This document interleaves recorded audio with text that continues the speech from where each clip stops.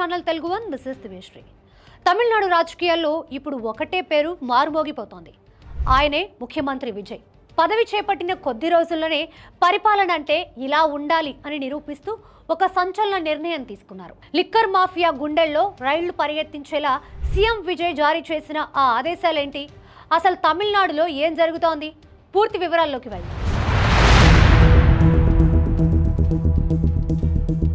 రాష్ట్ర వ్యాప్తంగా ఉన్న విద్యా సంస్థలు, ప్రార్థనా మందిరాలు మరియు బస్టాండ్లకు కేవలం 500 మీటర్ల పరిధిలో ఉన్న వైన్ షాపులను వెంటనే మూసివేయాలని అధికారులను ఆదేశించారు.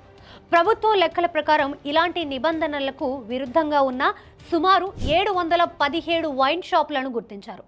వాటన్నిటినీ వెంటనే షట్డౌన్ చేయాలని ప్రభుత్వం నిర్ణయించింది. ఈ ప్రక్రియను పూర్తి చేయడానికి అధికారులకు కేవలం 2 వారాల సమయం మాత్రమే ఇచ్చారు.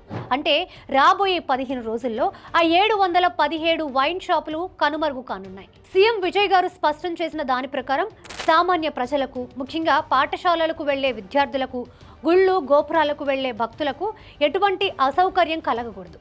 బహిరంగ ప్రదేశాల్లో మద్యం వల్ల జరిగే ఇబ్బందులను అరికట్టడమే తన లక్ష్యమని ఆయన పేర్కొన్నారు. తమిళనాడు ప్రజలు, ముఖ్యంగా మహిళా లోకం ఈ నిర్ణయం పట్ల హర్షం వ్యక్తం చేస్తోంది. పరిపాలనలో తనదైన మార్క్ చూపిస్తూ మాటల్లో కాదు చేతల్లో చూపిస్తానని సీఎం విజయ్ మరోసారి నిరూపించారు. చూశారుగా, సీఎం విజయ్ తీసుకున్న ఈ నిర్ణయంపై మీ అభిప్రాయం ఏంటి? ఆయన తీసుకున్న ఈ స్టెప్ మిగిలిన రాష్ట్రాలకు ఆదర్శంగా నిలుస్తుందా? మీ కమెంట్లను కింద తెలియజేయండి. ఇలాంటి మరిన్ని లేటెస్ట్ పొలిటికల్ అప్డేట్స్ కోసం మా ఛానల్ని ఇప్పుడే సబ్స్క్రైబ్ చేసుకోండి. Thanks for watching.